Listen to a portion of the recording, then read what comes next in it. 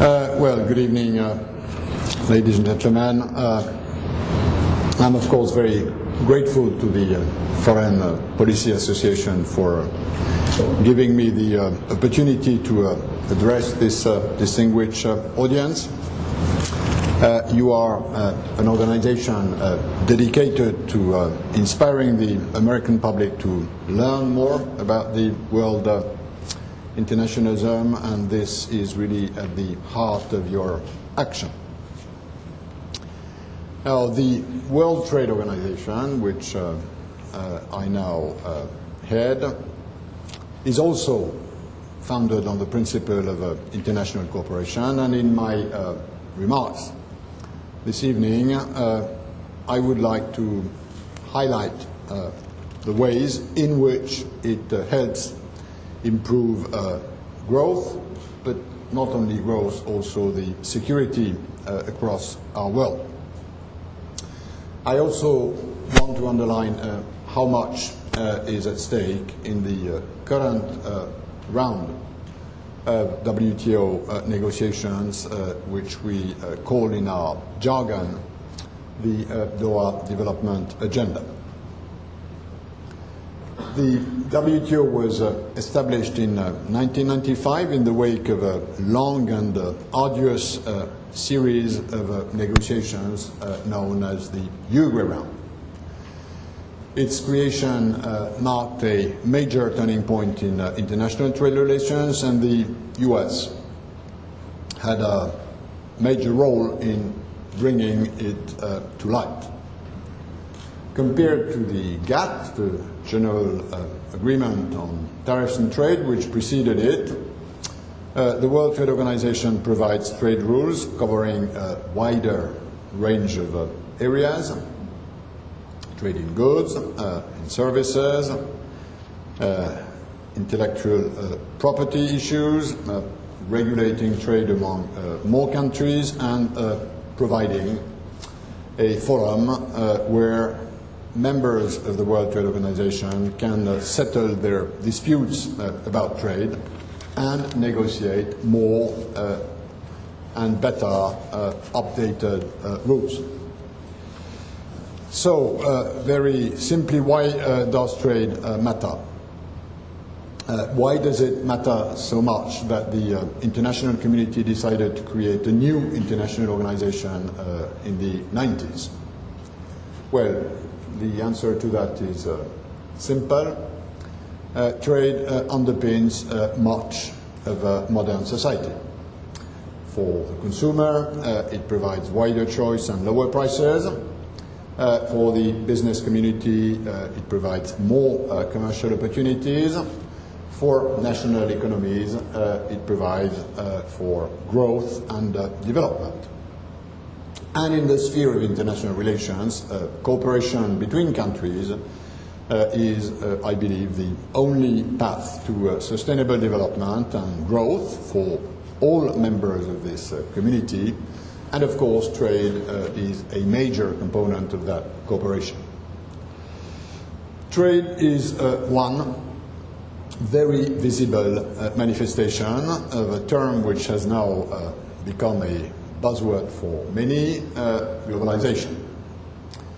Over recent years, we've witnessed a new stage in globalization, the accelerated expansion of market economies, a bit like the one which was experienced in the 19th century with the Industrial Revolution. It's probably a fundamental transformation in society, and this time again, it's the result of a technological revolution. Globalization and increased market opening have had some very positive effects, but there are also some less positive effects. It has undoubtedly enabled individuals, corporations, nation states to influence actions and events around the world faster than ever before, and to derive many benefits from them. It has the potential to expand freedom, to expand democracy, to expand innovation, to expand social and cultural exchanges while offering outstanding opportunities for more dialogue and more understanding.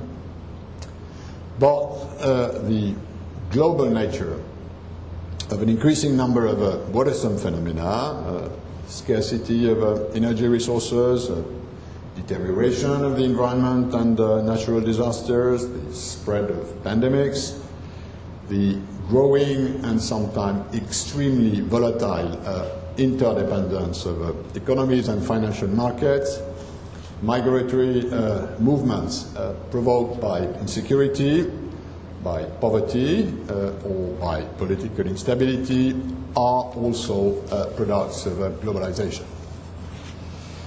At the same time, there is a widening gap between global challenges and traditional ways of working out solutions via the existing institutions. Globalization is also a reality and an ongoing process that cannot be faced by nation states alone.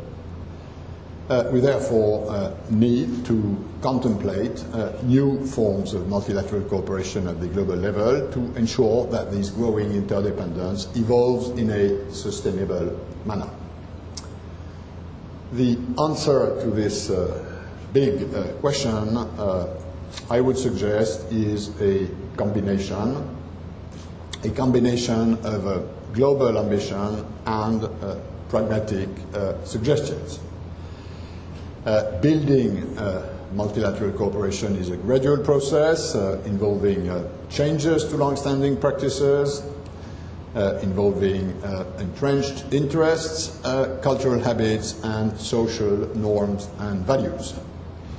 And the example of trade sheds light on both the opportunities and the difficulties of this multilateral cooperation. Although international trade is not the only one, it is, as I said, a very visible dimension of globalization. And the World Trade Organization, as the trade regulator, is definitely at the heart of the multilateral arena. In terms of multilateral cooperation, the WTO's role is based on equality. The principle of equality is reflected concretely in the rules of the World Trade Organization, for instance, in the form of the principle of non-discrimination. It can be found in the most favored nation clause and the national treatment rule, which are two pillars of the World Trade Organization. It also underlies the principle of reciprocity, which is at the heart of our negotiation mechanisms. Beyond these principles, the basic value underpinning the World Trade Organization is that opening trade is good. The multilateral trading system helps to increase economic efficiency, and it can also help reduce corruption or bad governance. Trade has played an increasing role in the world economy over the past decades, as illustrated by the fact that the growth of real trade has exceeded that of world output. The ratio of world exports to goods and services to GDP was approximately in the order of 15% in the 1970s, more than 30% now, and preliminary figures for 2006 show trade again expanding much faster in real terms than output.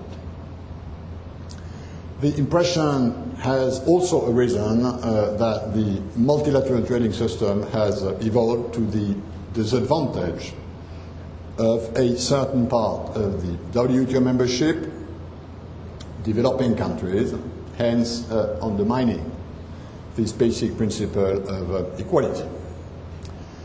There is, in many quarters, the feeling that it is necessary to correct this if we want the multilateral trading system to assist in raising living standards and alleviating poverty in developing countries, and to lead to more stable political systems at a time of geopolitical instability. Which, of course, brings me to the current round of trade negotiations, which we launched in 2001 in Doha. The challenge of market opening and globalization for developing countries calls for enhanced international action. And for many, a fundamental aspect of this current negotiation is how to correct some of the remaining imbalances in the current trade rules which work in the favor of developing countries, and how you improve the rules that provides WTO members, and in particular developing countries, with authentic market opportunities and a more level playing field to compete in international trade. And this development dimension is not a standalone item in the negotiation. It's rather an element that permeates in all negotiating areas. I think no one disputes that completing this round of negotiation is crucial for both developed and developing countries as a fundamental tool to harness globalization and to ensure a more sustainable development. But concluding it is understandably difficult. It is the most ambitious attempt that governments have made to open trade multilaterally because of its scope and because of the number of countries that are now negotiating and that will share in the results. In 1994, the previous round, the Yuga round, wrote the modern rule book of the trading system, and this round is now aimed at revising it to open trade and to lock in reform on an unprecedented scale.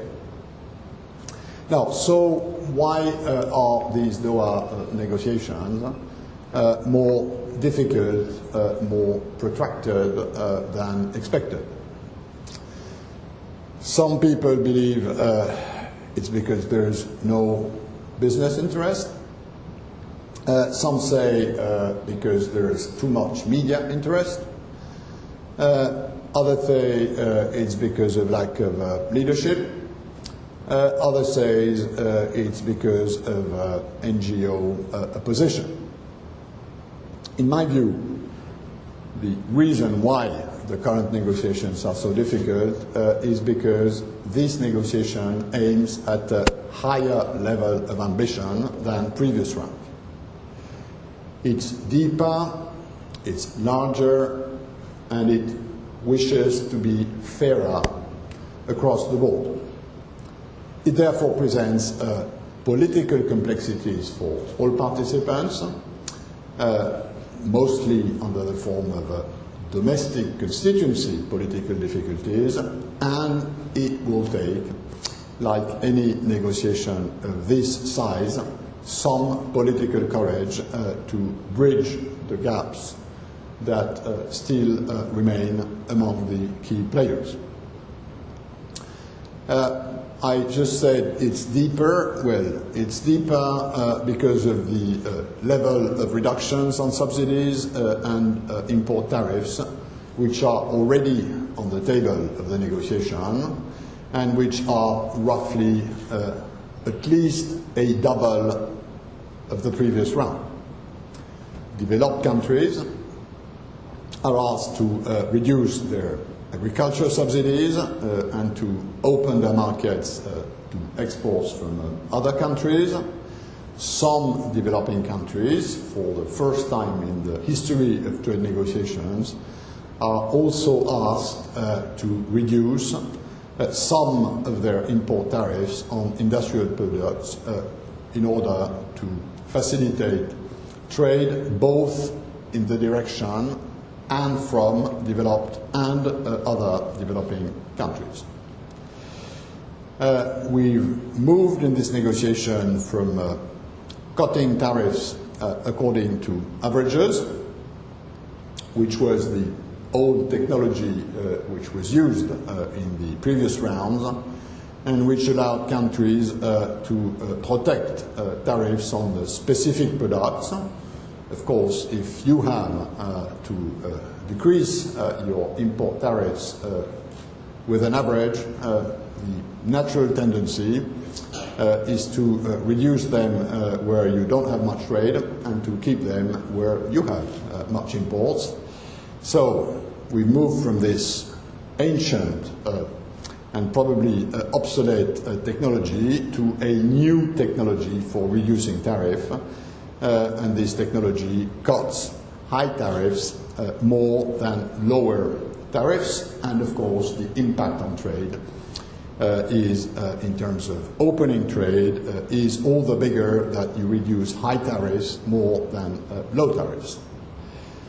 The end results, if we get there, should be impressive.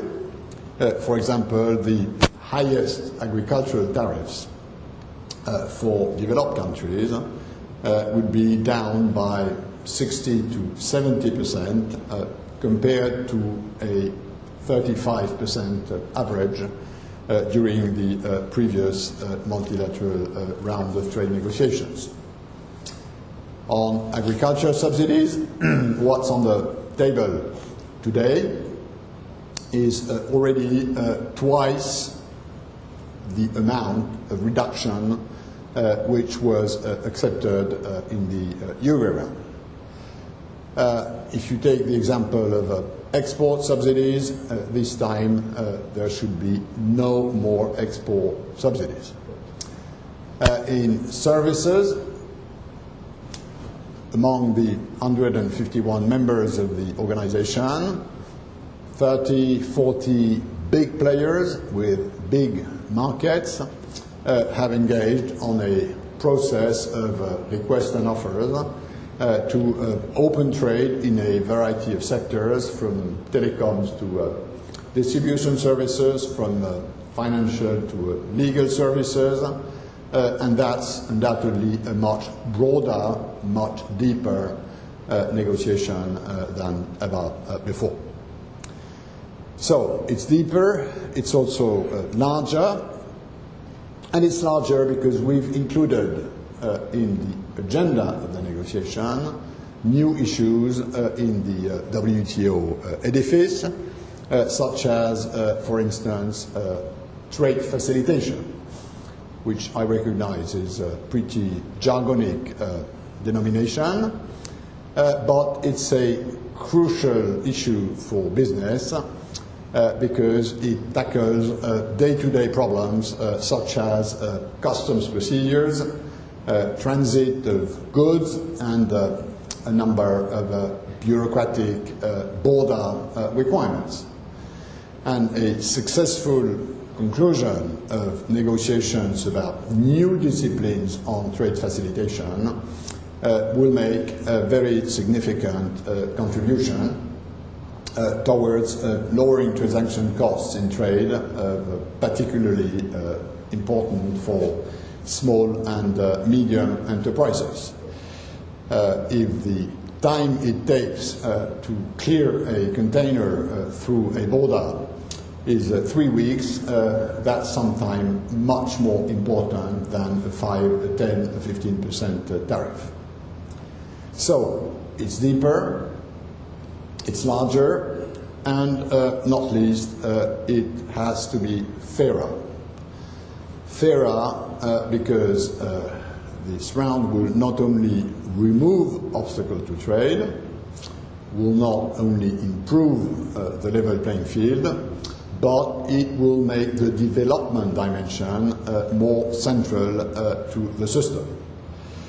And, for instance, it's already been agreed that developing countries will have to give fewer concessions than developed countries, even if among developing countries, China, India, Brazil, South Africa cannot now be put in the same category than the 50 least developed countries of this planet. They nevertheless will benefit from special and differential treatment with specific flexibilities, whether this is in agricultural market opening or whether this is about market opening in manufacturers or services. There will be, as a special and differential treatment in favor of least developed countries, a duty-free, quota-free access for most of their products to exceed in developed and in a number of emerging developing countries' market. Small and vulnerable economies, islands, landlocked economies will also benefit from specific flexibilities. So, all in all, we also take into account the fact that the contribution to world trade and the benefits to be derived from the expansion of world trade do not materialize the same way depending on the size, the location, and the respective advantages or handicaps of a country. In parallel with the negotiation, we are also putting in place an aid for trade package which is aimed at focusing more of international development assistance into addressing developing country bottlenecks.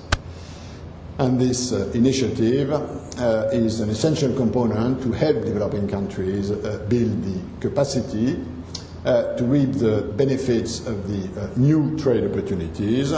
We are in WTO in the business of making trade possible. We all know there's a difference between making trade possible and making trade happen. So for this discrepancy, this difference to be addressed, we need more capacity building assistance for developing countries. And it will also help provide support towards adjustment costs that developing countries will incur as a result of further trade opening through the negotiation. So this aid for trade component, which is a new feature in the activities of the World Trade Organization, not that we will transform the World Trade Organization into a development agency, but we've been saddled with the role of coordinating, monitoring, evaluating, and mobilizing more of this international development assistance as a complement to the negotiation, and of course not as a substitute to an ambitious outcome of the round for developing countries. At the time of the creation of the WTO, a key element of the new organization in the eyes of its founding fathers, including, by the way, the US, was the dispute settlement system. This peaceful means of settling disputes became enforceable under the WTO, underscoring the rule of law and making the trading system more secure and more predictable.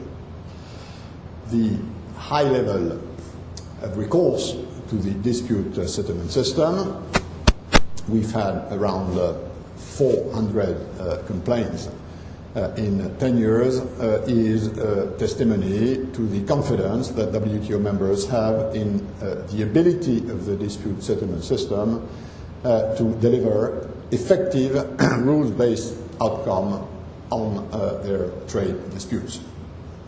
And it's generally acknowledged that overall the system has functioned extremely well so far, but of course, like in other of our areas, there is room for improvement, and the entire membership also agreed to improve and clarify this system, proof as it were needed that the system protects all members, not just the large, the strong, and the rich among them.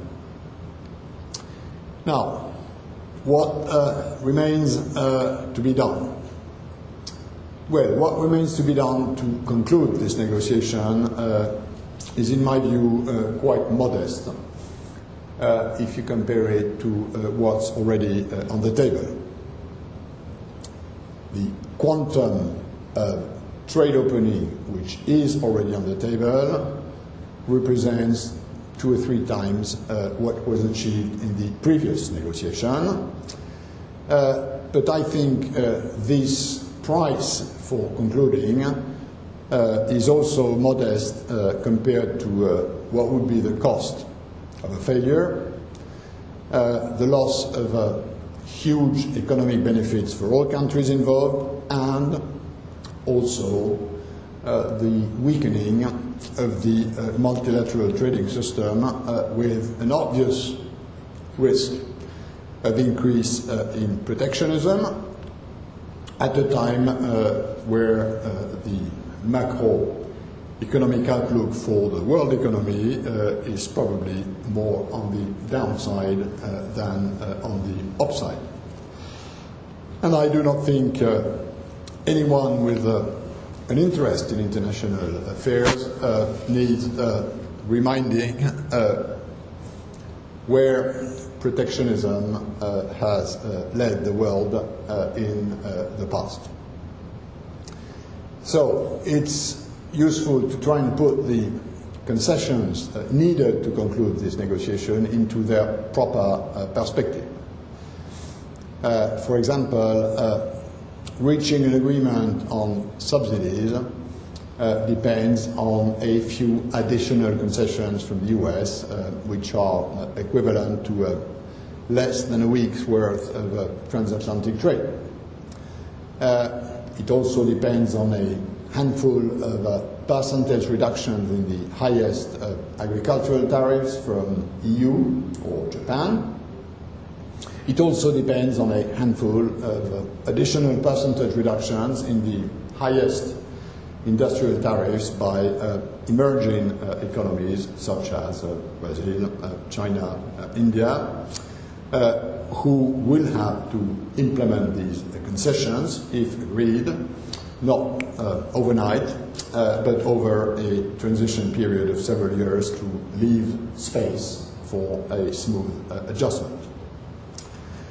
Although it's not alone in being solicited to make large concessions, but marginally higher concessions than what they've already made, to get a deal on the round, there is a perception in the US that a lot is being requested of it.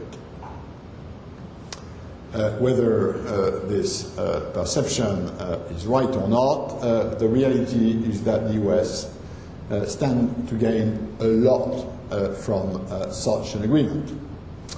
It remains the world's richest economy. It remains a major architect of the multilateral trading system. It remains one of the most open economies on this planet. So its strategic interest is to make sure that other economies are just as open. Which is why I believe that a credible and effective multilateral trading system is not the sort of optional extra for the US. It is an irreplaceable insurance policy against protectionism, against protectionist surges, both at home and abroad. And we know that if they would materialize, these protectionist surges could very severely damage the dynamism of the US economy in the future. Developing countries are growing rapidly, and their integration into the world economy would create new market opportunities for American companies and create high-paying jobs in the US, ensuring its continued prosperity. As we all know, jobs which are on the export side of the US economy are, on average, paying sort of 20% more than others. So for all these reasons, the WTO needs the leadership and the active participation of the US in order to strengthen the multilateral trading system for its own benefit, but also for the benefit of other countries. Strengthening the multilateral trading system is, at the end, the very point of this negotiation. The WTO rulebook, although not very old, needs updating. The world is now moving at an increasingly fast pace, and globalization is forging ahead. Every country is feeling the impact of this, and the World Trade Organization can help harness this impact and ensure, again, that a maximum of benefits can be reaped from efficiency gains that stem from international trade. But to do that, the system needs to move with the times, and the only way to do that is to conclude this negotiation rapidly, ambitiously, in line with the mandates that governments have signed up, so that post this round we can keep addressing new obstacles to trade which are appearing every day because of the evolution of social, cultural needs, also sometimes because of the cleverness of domestic trade regulators. You will all have seen in the news that the negotiations are at a critical stage. On the principle that bad news sell better than good news, there is no shortage of stories in the media about looming failures. I'm here to tell you that those stories are, as of today, far from the truth. They can only come true if apathy or indifference win over commitment and courage. The reasons why the US advocated a strong multilateral trading system are even stronger today than they were 60 years ago when they were among the founding fathers of the GATT. The needs for the advances promised by this negotiation is even stronger 6 years after we started this negotiation than in 2001. And the importance of US leadership in this great effort of international corporations remains and will remain absolutely vital. I want to tell you in conclusion that I value very highly the strenuous efforts that the US administration has been putting into reaching an agreement in these negotiations. I was in Washington for the last 3 days, and I spent quite a lot of time, as usual, on the Hill because of the specific role that Congress plays in the US trade policy. And I also want to express my gratitude to all those in Congress and also in the private sector who continue to stand up for an open multilateral trading system. I think those of you who care about international relations, and I'm coming back to my initial point, those of you who are in this business, who care about this, need to make sure that the round concludes. If we were to fail to conclude this round, it wouldn't just be a failure for the World Trade Organization. I think it would be a failure for the world community as a whole. On the other hand, if we succeed, which I now believe is doable, it will light a beacon of hope that this world can work together to overcome a number of its divisions in the interest of the planet as a whole. Thank you.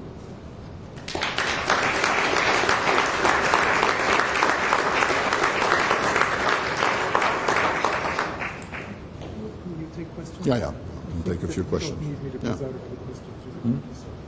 Okay, I'm of course ready to take a few questions if you have questions.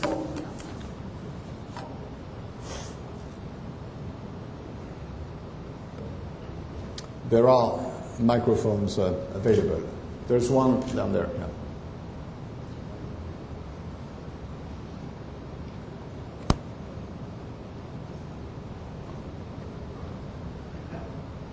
One of the burning issues that every leader of the WTO has to face is the issue of the bananas with the European Union and the United States. The issue of what? Bananas. Oh, bananas. Yeah. Do you think that the protection will be one day broken? And what the consequences for ACP countries if the bananas are no longer protected by the European Union? Bananas. That's one of the charms of being in trade is that it's always very concrete. It's about bananas, it's about meat, it's about scrap metal, it's about steel, it's about cars, footwear, textiles. Although on the topic of bananas, I have to be very prudent in my public statements because there is a litigation going on within the dispute settlement system. And as WTO DG, I sometimes run part of these disputes on a procedural ground. For instance, when I designate myself the panelists which will judge in the first instance, I have to remain extremely neutral.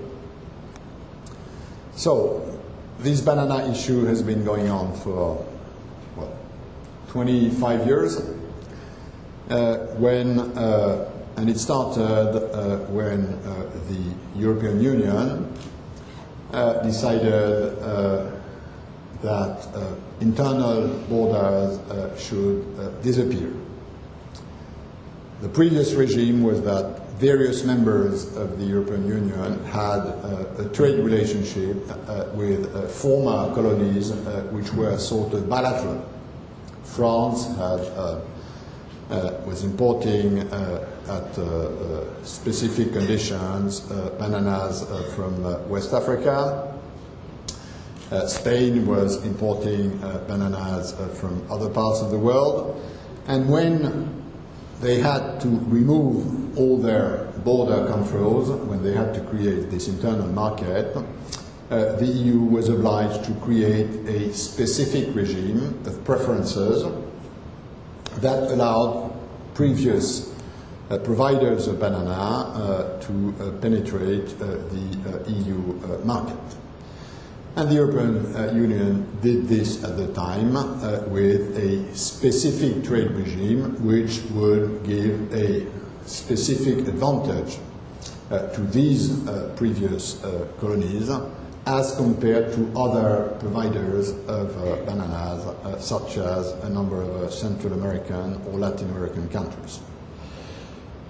This specific regime of preferences was contested by countries like Ecuador, Panama, Honduras, on the grounds that it was an unfair discrimination.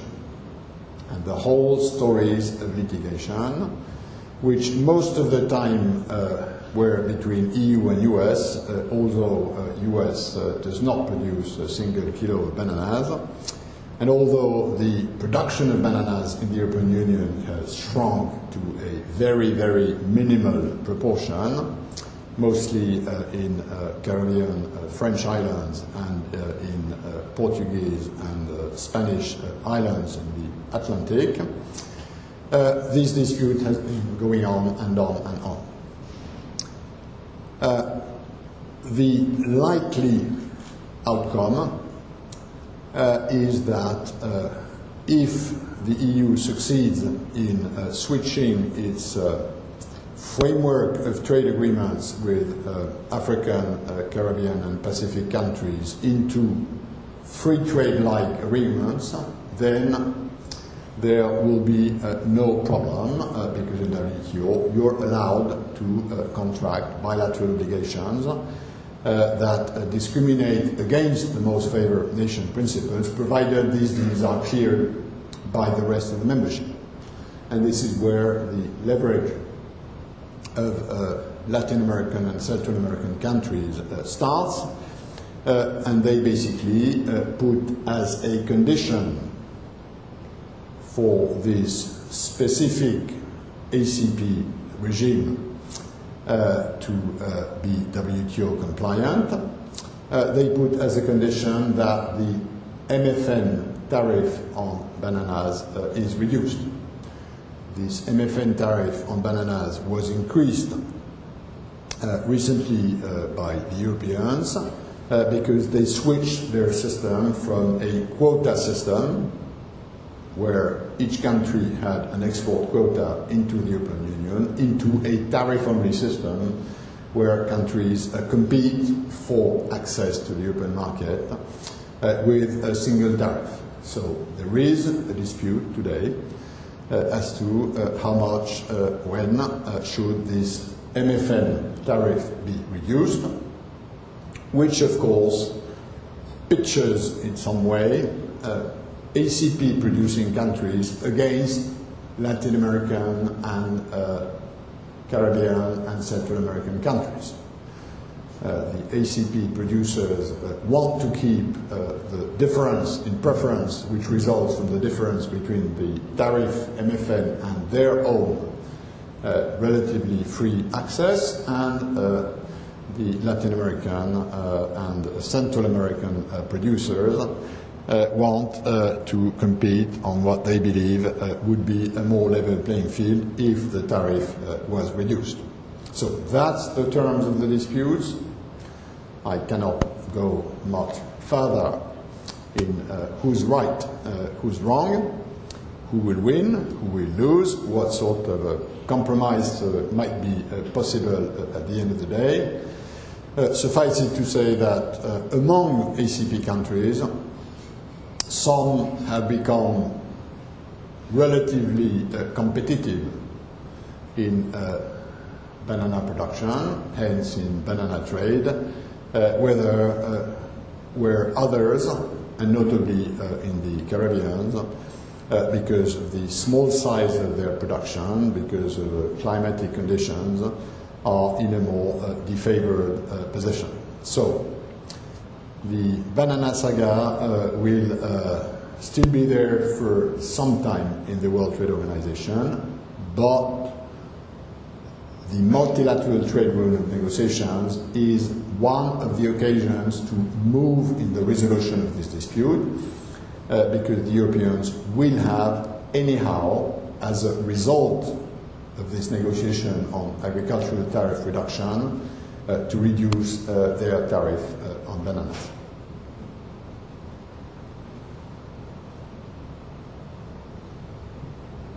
Yeah, please. Mr. Director-General, you mentioned that one of the key differences between the Doha round and previous round of trade negotiations is your involvement in the building of the trade infrastructure of less developed countries. Could you comment further on that and also talk a bit about how you relate to other international organizations who are similarly involved in infrastructure development?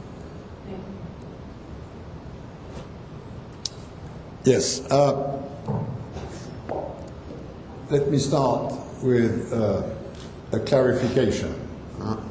We have on the one side the negotiation which was mandated in Doha 6 years ago, which is about more open trade, new disciplines, rebalancing the system in favor of developing countries.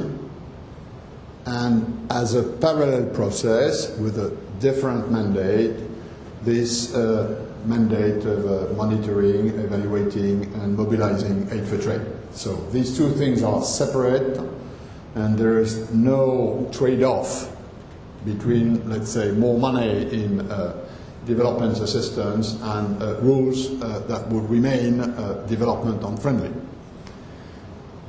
Now, why do we need to increase the trade capacity of many developing countries?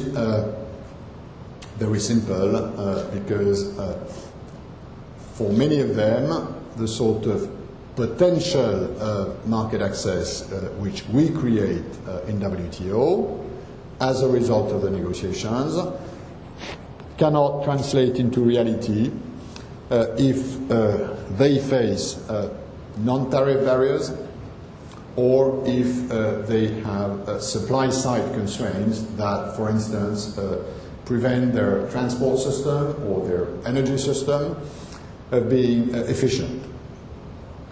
If I am a Rwandan exporter of roses, I have duty-free, quota-free access to EU or to US, which are two booming markets for cut flowers. So that's great. Zero tariff, zero quantitative restrictions. The world is free. But for the fact that US and EU have border controls on cut flowers, on maximum pesticide residues. So I can ship my flowers, zero tariff, zero quantitative restrictions, but they will be stopped at US or EU border if I don't have a certificate that US or EU customs accept as valid and that states that my flowers match the EU or the US standard for maximum pesticide residues. So that's the issue, sort of issue, which Aid for Trade tries to address.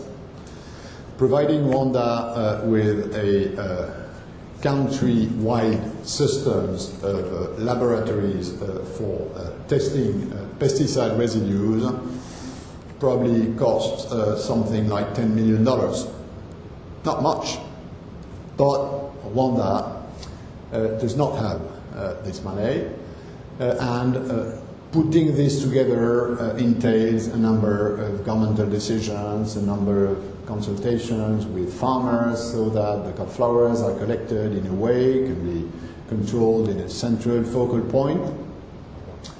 And unless and until this works, I can't export flowers. The moment it works, I can export flowers. Now, of course, there is also a bit of a problem that flowers are perishable, and that if I have to freight a cargo plane, which I have to pay both ways from Kigali to Amsterdam, the cost is pretty high. and I need to diversify my economy, and I need to make sure that my transport system can address this. So all these issues, which are, for many of them, sort of nitty-gritty issues, have to be cared about much more efficiently than has been the case for now. It's up to the Rwandan government to decide that as exporting flowers is part of its trade strategy, which itself is part of its poverty reduction strategy, this is presented by the Rwandan government as a major priority, so that donors don't fight between themselves with their own agenda, but that among the toolbox which is available, World Bank, IMF, UNIDO, UNCTAD, UNDP, the European Development Fund, USAID, MCC, the Japanese development agencies, somebody will put the 15 million on the table, which frankly for many of them is peanuts. But unless and until this happens, having buckets of money available does not change the reality. So that's what we're after. And we are, in the World Trade Organization, coordinating now, and we will have a big conference in Geneva on the third week of November. We are putting together a system of monitoring, evaluating, mobilizing more of these resources, and we are cooperating with the World Bank, with regional development banks, who usually are quite efficient in this field of aid for trade. We've prepared this in the last months with 3 regional conferences, which I attended in Peru, for Latin America and the Caribbean, in the Philippines for Asia, in Tanzania for Africa, and we progressively are sort of structuring a system that creates transparency between donors and recipients, and that when we have the right numbers on the table, will also help us holding donors accountable to the commitments they have taken. They have taken, since the G8 summit in Lineagle, roughly a commitment to double aid for trade between 2005 and 2010. We just want this to happen, and we want to make sure that the sort of tradition that you package and repackage and re-repackage development assistance commitments, this time is precisely assessed, controlled, and delivered. Now we've got questions here. Where's the... We've got one here and one here. Yeah? Could you please comment on the impact on world trade of manipulating exchange rates, and also about cartels, specifically the oil cartel, and its impact on the industrialized nations and international trade?